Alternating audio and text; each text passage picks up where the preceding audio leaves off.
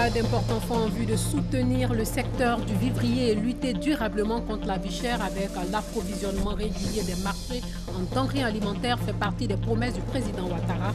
Nous reparlerons de cela dans ce journal-là. Lancement de la campagne de démoustication du district autonome d'Abidjan dans le cadre de la prévention de la maladie à virus Zika. Cette campagne va durer jusqu'au mois de novembre 2016.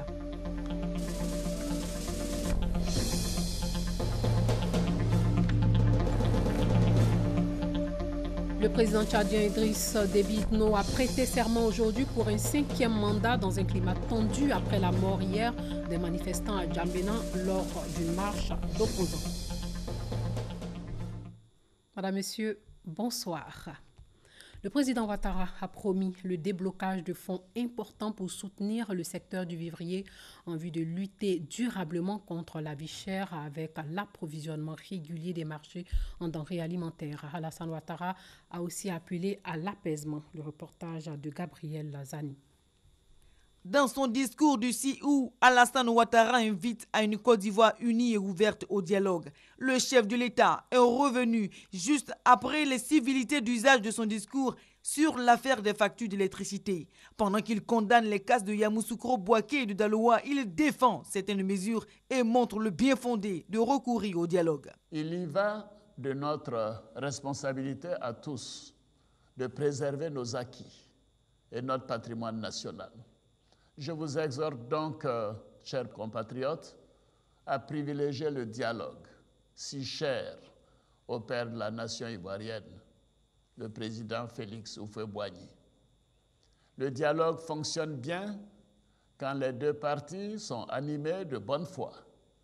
Je peux vous assurer pour ma part de l'engagement de l'État à rechercher des solutions pour chacune et chacun de vous. La CIE et les associations des consommateurs doivent trouver des solutions consensuelles, poursuit le président de la République. Mais il dit fermement suivre de très près ces négociations, car il a demandé le 1er mai dernier, à l'occasion de la fête du travail, un audit des facturations de la CIE.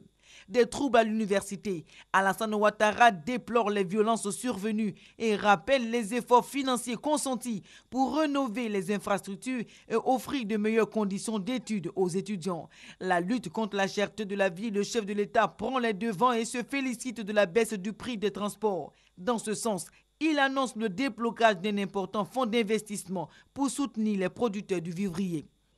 Mon objectif est de faire en sorte que vos conditions de vie continuent de s'améliorer chaque jour davantage. Que les fruits de la croissance de notre pays soient redistribués de façon plus équitable. C'est pourquoi le gouvernement a fait de la lutte contre la vie chère une priorité.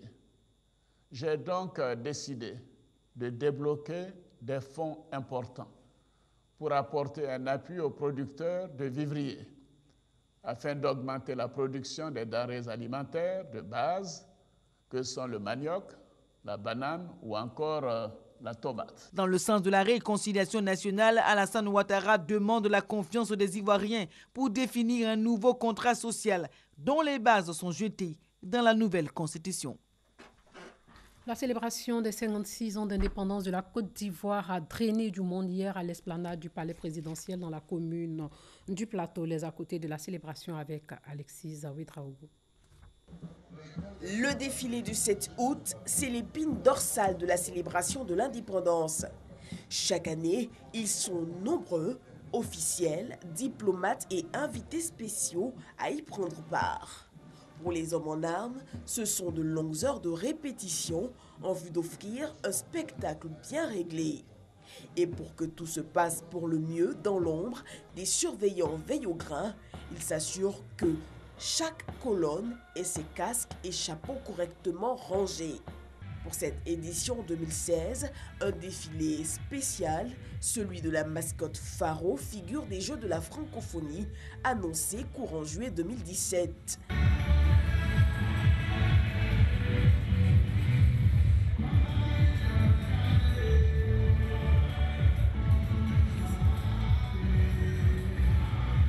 Un Un clin d'œil pour inviter les populations à s'approprier ces festivités qui devront rythmer la capitale économique ivoirienne.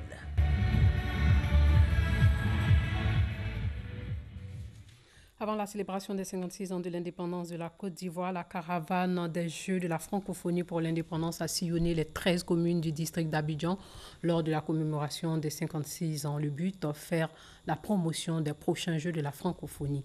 Un message véhiculé, inviter les Ivoiriens à s'approprier l'organisation pratique d'Abidjan 2017. Le top départ de la caravane de la francophonie pour l'indépendance donné au plateau.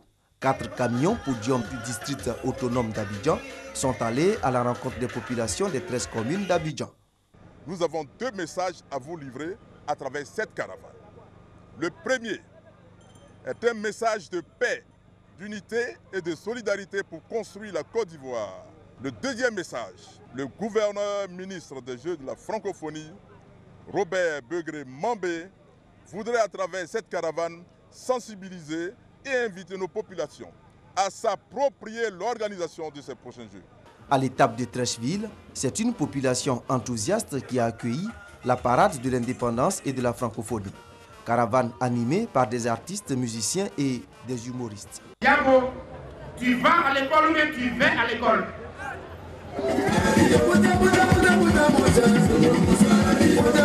Le Magnifique et l'ensemble des artistes ont célébré avec les populations abidjanaises les 56 ans de la Côte d'Ivoire en les invitant à garder en mémoire le rendez-vous des Jeux de la francophonie de 2017, le tout dans une belle ambiance à la grande joie des participants.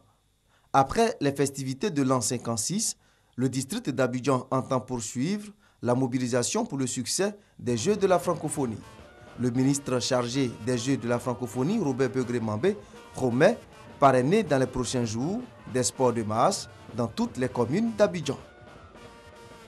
Drapeau et bonne humeur, pas seulement moment de partage autour d'un repas, musique, autant d'éléments et d'événements observés dans toute la ville d'Abidjan et dans plusieurs familles le 7 août, c'est-à-dire hier. Malika Koulibaly et Serge Koléa nous décrivent l'ambiance lors de la commémoration des 56 ans d'indépendance de la Côte d'Ivoire.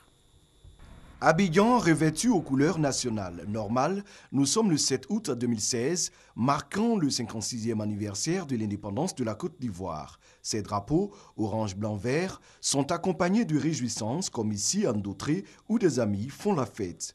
Par rapport à la fête de l'indépendance, à notre 56e année, nous sommes venus juste nous égayer et puis penser à nos dévanciers, au président Houphouët-Boigny, qui grâce à eux, nous avons pu être indépendants. Merci aussi au président actuel qui fait pas mal d'efforts pour le maintien de ce pays. Aujourd'hui, c'est la fête de réjouissance. Puisque les Blancs nous ont fatigués, aujourd'hui nous sommes indépendants, nous sommes retrouvés en frères en train de consommer et prendre quelque chose. Mais c'est une indépendance particulière parce qu'on parle d'émergence. Donc le sourire d'hier n'est pas le même sourire d'aujourd'hui. C'est un nouveau sourire. Après Abobo, rendons-nous à Gamé chez les Dramés pour prendre le pouls de l'ambiance. L'indépendance de la Côte d'Ivoire. Ça doit être notre fête primordiale. L'année passée, il y a d'autres qui ont fêté cette fête. Cette année, ils ne sont pas présents.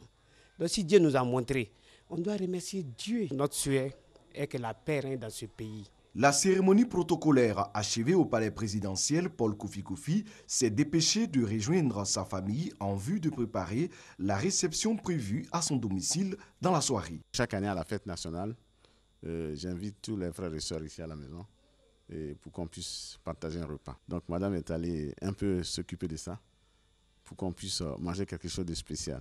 Les Ivoiriens dans toutes leurs composantes, comme on peut le constater, ont sacrifié à la tradition. Le 7 août a été vécu presque partout dans la bonne humeur.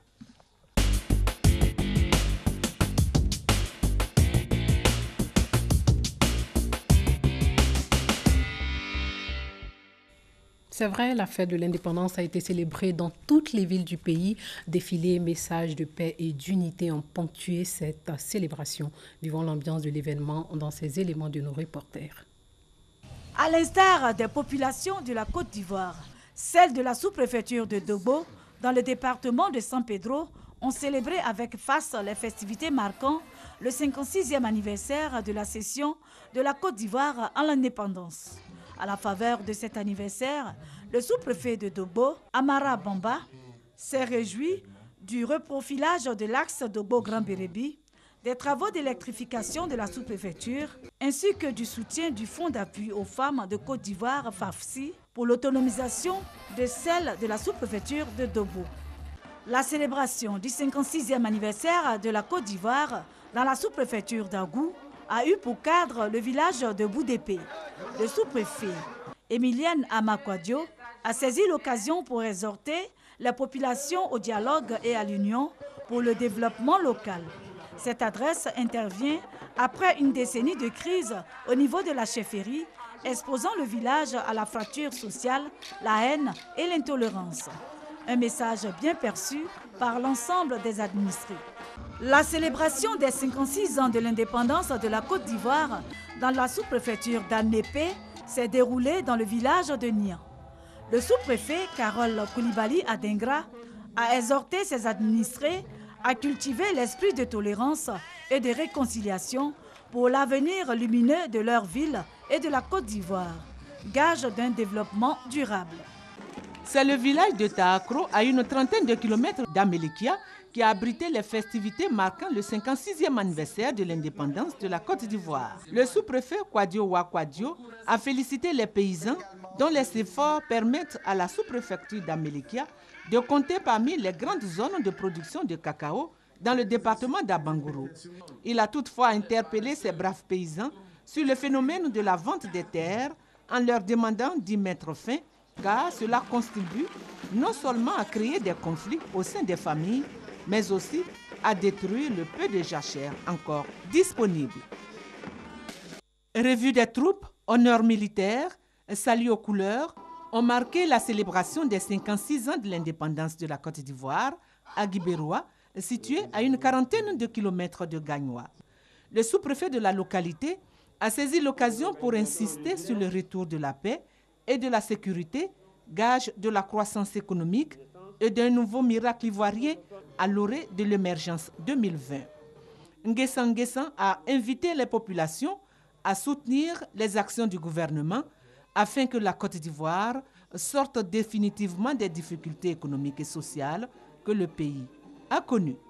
Concerto géant, retraite au flambeau, match de gala, athlétisme ont marqué la célébration des 56 ans d'indépendance de la Côte d'Ivoire à Daloa. La cérémonie officielle a été l'occasion pour la secrétaire générale de préfecture, Karidja Sanogo, pour saluer les actions du chef de l'État en faveur du bien-être des populations. Un grand défilé de toutes les forces vives de la localité a mis fin à la cérémonie. Depuis 7 heures du matin, dans cette localité située dans le département de Jacquesville, à Toutou, tous s'affairent à la réussite de la fête de l'indépendance. Salut aux couleurs, défilés, danses, prestations d'artistes ont émaillé la 56e célébration de l'indépendance à Atoutou. Kwaku Gueye Jeannette, sous-préfet de cette localité, a rappelé à l'occasion l'importance du vivre ensemble et de l'ivoirien nouveau. Pour elle, les communautés vivant dans cette sous-préfecture doivent cultiver la tolérance, le partage pour faire de leur terre un asile de paix et de stabilité. Dans la sous-préfecture d'Assikwa, c'est le village d'Apiadji qui a accueilli la commémoration du 56e anniversaire de la Côte d'Ivoire.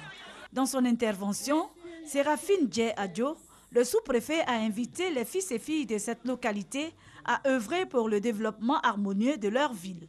Elle a lancé également un appel aux femmes et aux jeunes afin de créer des coopératives agricoles pour leur autonomisation. À Adiaké, le 56e anniversaire de l'indépendance de la Côte d'Ivoire s'est déroulé à la place de l'indépendance de la ville.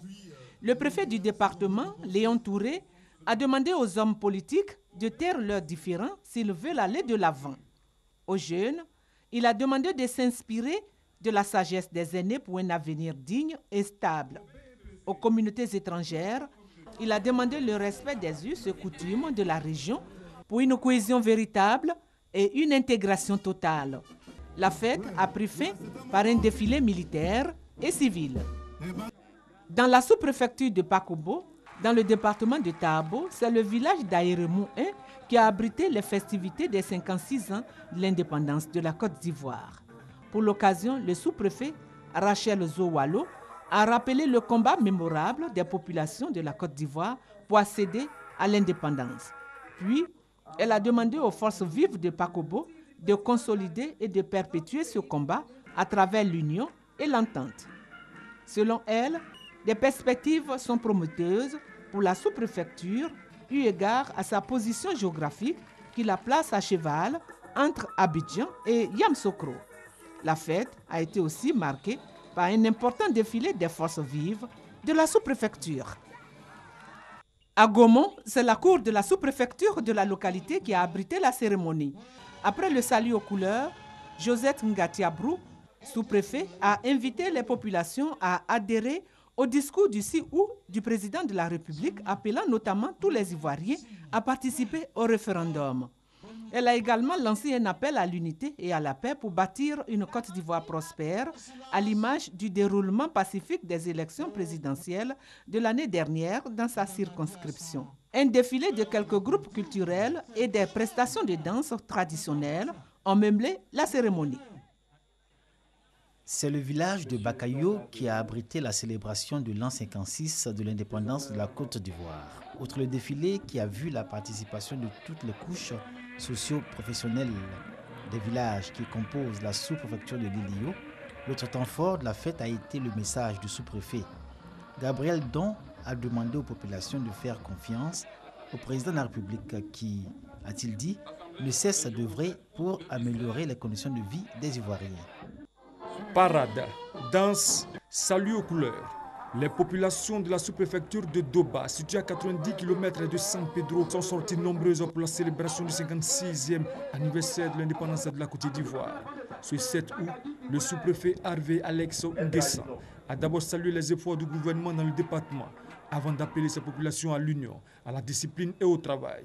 Pour lui, il reste persuadé que si les Ivoiriens restaient soudés sur l'essentiel, le troisième miracle économique se produira. À Mbayakro, c'est la place Alassane Ouattara qui a abrité les festivités marquant le 56e anniversaire de la cession de la Côte d'Ivoire à la souveraineté nationale.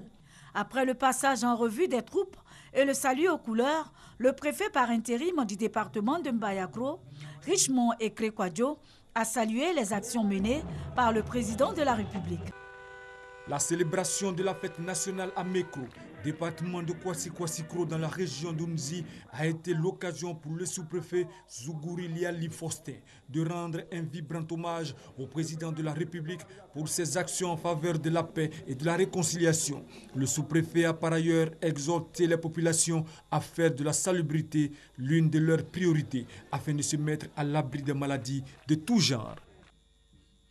C'est dans la ferveur populaire que la fête nationale a été célébrée à Katiali, département de Bengué, dans la région de Poro. Le sous-préfet Dié Élysée a dit son admiration au regard des nombreux acquis de la Côte d'Ivoire sous la conduite du président Alassane Ouattara. Le sous-préfet a par ailleurs indiqué que la Côte d'Ivoire aspirant à devenir émergent à l'horizon 2020, c'est de la conjugaison des efforts des Ivoiriens et de leur engagement résolu que cet objectif sera atteint. À Katiali, les populations ont comme partout ailleurs chanté et dansé ce 7 août 2016. Diego Nefla était dans la ferveur populaire ce 7 août. Le sous-préfet Konan Edi a demandé à ses administrés de pousser le processus de réconciliation en cours, au fin, dit-il, de renouer avec la paix et créer les pistes du développement de la sous-préfecture. Enfin, le sous-préfet a invité les cadres à s'inscrire dans la dynamique de construction de logements pour les fonctionnaires affectés à Diego Nefla. Toutes les forces vives de la sous-préfecture ont participé au défilé de fin de cérémonie. À Chieffré, les différentes composantes de la population ont répondu présentes à la célébration du 56e anniversaire de l'indépendance de la Côte d'Ivoire.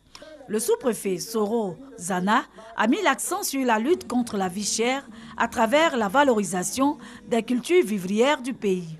Soro Zana a aussi saisi cette opportunité pour sensibiliser la communauté à la scolarisation de la jeune fille, les exhortant à participer massivement au référendum et aux élections prochaines de façon pacifique.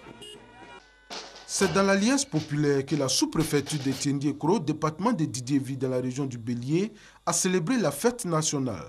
Dans son allocution, le sous-préfet Yapoba Sylvie a passé en revue les préoccupations nationales, notamment la réconciliation, les grands travaux à réaliser, l'amélioration du climat des affaires.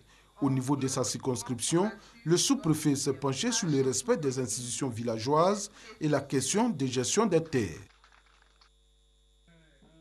À Molonou, département de Tébissou, dans la région du Bélier, la mobilisation a été totale pour la célébration des 56 ans de l'indépendance de la Côte d'Ivoire. Dans son message, le sous-préfet Pépé Logréi Jeannette a dit sa fierté quant aux effets positifs de la politique de réconciliation du président de la République sur l'ensemble de la population.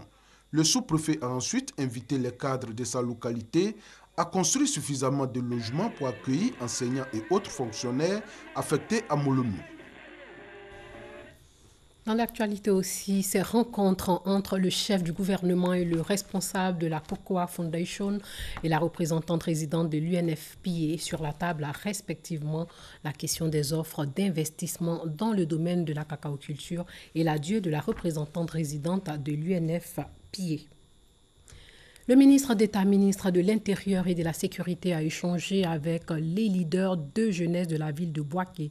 Ils ont évoqué les manifestations contre la CIE qui se sont transformées en pillage de biens publics. Abou Sanogo nous donne les détails de leur rencontre. Les populations de Bouaké ont publiquement présenté leurs excuses à la nation et réitéré leur soutien au président de la République Alassane Ouattara après les violences émaillées de pillage d'édifices publics et privés dans cette ville. 72 heures après cette cérémonie de pardon, les leaders de jeunesse de Bouaké ont été reçus par le ministre d'État, ministre de l'Intérieur et de la Sécurité Ahmed Bakayoko. Ces leaders ont donné l'assurance au ministre d'État de ce que pareille situation ne se reproduira plus. En tant que jeune responsable, en tant que fils de Bouaké, il était important que nous venions dire à la nation plus jamais ça. Et s'engenouiller devant cette nation-là pour dire que nous sommes meurtris dans nos cœurs parce que nous avons blessé la nation à travers celui qui l'incarne, c'est-à-dire le chef de l'État, le président de la République, Alassane Ouattara. Ce qui s'est passé à Bouaké la dernière fois ne va plus se répéter. Nous sommes venus, nous avons écouté les conseils à nous transmettre de la part du chef de l'État et nous entendons faire bon usage pour que plus jamais à Bouaké et partout en Côte d'Ivoire, des populations, des jeunes ne s'attaquent à des biens. Pour qu'il soit notre porte-parole auprès du président de la République pour demander pardon au nom de la population de Bouaké, parce que nos enfants ont fauté. En retour, le ministre d'État Ahmed Bakayoko a salué leur sens de responsabilité et les a assurés de la volonté du président de la République et du gouvernement à tout mettre en œuvre pour éviter pareille situation. Que la violence ne soit pas au rendez-vous de vos actions. Donc votre rôle, c'est un rôle d'encadrement. Donc je vous invite à nous faire des propositions. Et le président Ouattara, il est conscient de ce que vous avez beaucoup fait pour son action, pour lui. Alors on ne peut pas se retourner dans une relation avec les jeunes qui est compliquée. Cette rencontre fait suite à la grande cérémonie de pardon organisée par les populations de Bouaké. Cérémonie consécutive aux échauffourées liées à la grogne contre les factures d'électricité émises par la CIE. Charles Dibi Kofi a eu un tête-à-tête avec le comité d'experts en charge de l'élaboration de l'avant-projet de la nouvelle constitution. Le président du Conseil économique et social qui a aussi échangé avec l'ambassadeur des États-Unis en Côte d'Ivoire en fin de mission. Le reportage de Herman Guivet. Le comité d'experts en charge de l'élaboration de l'avant-projet de la nouvelle constitution dans les murs du Conseil économique et social pour une visite à son premier responsable, Charles Dibi Kofi. Il s'est agi pour ce comité d'experts de recueillir les avis et recommandations du président du Conseil économique et social, Charles Dibi Kofi. Une visite qui s'inscrit dans la logique de ce groupe d'experts de consulter les institutions ivoiriennes pour la bonne conduite de la mission qui leur a été assignée. Nous avons été très bien accueillis, les questions ont été très pertinentes, nous avons essayé d'y apporter des réponses et je suis convaincu que nous en ferons bon usage. Je ne voudrais pas trahir le secret, mais le Conseil économique va essayer de réfléchir encore sur les questions que nous lui avons posées, les réponses, pour nous faire des suggestions dans les meilleurs délais. Le président du Conseil économique et social, Charles Dibi Kofi, a ensuite accordé une audience à l'ambassadeur des États-Unis en Côte d'Ivoire, Terence McCulley. L'ambassadeur américain en Côte d'Ivoire, en fin de mission dans le pays, est venu faire ses au revoir au président du Conseil économique et social. C'était l'occasion pour moi de renouveler cette amitié, lui féliciter à l'occasion de sa nomination à la tête de cette importante institution d'État. Terence McCulley, l'ambassadeur américain en Côte d'Ivoire, a salué l'excellence des relations de coopération qui existent entre la Côte d'Ivoire et les États-Unis d'Amérique. Parlons défense avec cette visite du ministre chargé de la défense dans les casernes militaires de la gendarmerie en cours de réhabilitation d'urgence. La réhabilitation des sites militaires va coûter près de 4 milliards de francs CFA. Abou Sanogo. Le ministre chargé de la Défense en visite d'inspection des travaux de réhabilitation des sites militaires prévus par la loi de programmation militaire 2016 à 2020. Et cette loi vise à renforcer les capacités des forces républicaines de Côte d'Ivoire et de la gendarmerie nationale en moyens humains, matériels et financiers. Première étape, la caserne de gendarmerie d'Agba. Le bâtiment qui abrite le poste de police à l'entrée du camp est remis en œuvre. L'escadron moto reçoit des couches de peinture. La canalisation, la réfection des couverts du meuble, de même que le système d'assainissement et d'électricité sont refaits. Après la caserne d'Agba, Alain Richard Donvaï met le cap sur l'ancien camp militaire d'Akwedou. Au commandement des forces terrestres, les travaux avancent. Postes de police, dortoirs et réfectoires ont été refaits, en plus de latrines. Au groupement de sapeurs-pompiers militaires de l'Indénié et à l'état-major général des forces républicaines de Côte d'Ivoire, le ministre Alain Richard Donvaï s'est félicité de l'état d'avancement des travaux. Avant de construire les nouveaux camps qui sont prévus par la loi de programmation militaire, il était important que dans l'intervalle, nous puissions faire une réhabilitation qui permette aux hommes de se sentir à l'aise et de travailler dans de bonnes conditions. Le coût de ce programme est d'environ 4,5 milliards de francs CFA. Il s'étend sur toute l'étendue du territoire national et inclut les 4 régions militaires et les légions de gendarmerie. Une campagne de démoustication a été lancée par le ministère de la Santé et de l'Hygiène publique dans le district autonome d'Abidjan dans le cadre de la prévention de la maladie à virus Zika. Cette campagne qui court jusque dans le mois de novembre prochain. Miembla, sous-quartier de la commune de Koumassi. La ministre Raymond Goudou Kofi en pleine campagne de démoustication chez Dame à Menakra. Le pneu qu'elle a là, s'il y a de l'eau dedans, les moustiques viennent, ils restent dedans et puis ils font leurs œufs dedans. Est-ce que vous comprenez? Quand ils font les œufs là, ils sortent. Et puis ils piquent tout ce qui peut piquer sur sa route. Tout ce qu'on vous demande, c'est de nettoyer tout ça. On va tout arranger. Cette campagne vise à prévenir la maladie à virus Zika, une maladie infectieuse provoquée par la piqûre de moustiques. Selon l'OMS, le virus Zika a déjà infecté 1 500 000 personnes au Brésil. Le Zika a atteint les côtes ouest africaines, le Cap-Vert et la Guinée-Bissau, menaçant ici la Côte d'Ivoire. Le pays a donc décidé de renforcer sa surveillance épidémiologique. L'organisation de cette activité traduit le souci constant du gouvernement ivoirien de protéger les populations. Je suis venu vous dire, avec bien sûr l'accompagnement de Monsieur le maire, vous dire que nous n'avons pas le droit de négliger cette campagne de sensibilisation, cette campagne de démoustication. Il faut que chacun se l'approprie. Mieux vaut prévenir que guérir. La campagne de démoustication prévoit le déploiement des agents de l'Institut national d'hygiène publique dans le district d'Abidjan. Nous venons vers la population pour leur demander d'enlever tous ces récipients qui peuvent contenir de l'eau, qui peut donner des moustiques.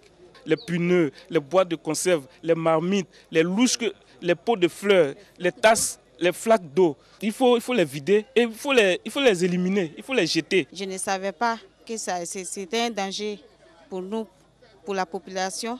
Désormais, après d'avoir fini d'utiliser des trucs qu'on n'utilise plus, des assiettes qu'on n'utilise plus, soit on renverse, soit on jette. La fièvre, la conjonctivite, la fatigue, l'éruption cutanée et les maux de tête sont quelques-uns des symptômes de la maladie à virus Zika. L'opération de démoustication prend fin dans le district d'Abidjan en décembre. Elle s'étendra ensuite aux autres villes du pays. Hors de chez nous, sachez que le président tchadien Idriss Déby Itno a prêté serment aujourd'hui même pour un 5e mandat. Ceci dans un climat tendu après la mort hier des manifestants à N'Djamena lors d'une marche d'opposants. Idriss Déby est au pouvoir depuis 1990. Il a été investi devant 14 chefs d'État africains et le ministre français de la Défense. Il a remporté l'élection du 10 avril dès le premier tour avec plus de 59% des voix. JO 2016, le Kosovo a gagné pour la première fois de son histoire une médaille olympique grâce à la judoka Majlinda Kelmendi. La sportive a remporté l'or en battant en finale de moins de 52 kilos l'Italienne Odette Giuffrida. Fin de ce journal. Merci de nous avoir suivis. Portez-vous bien.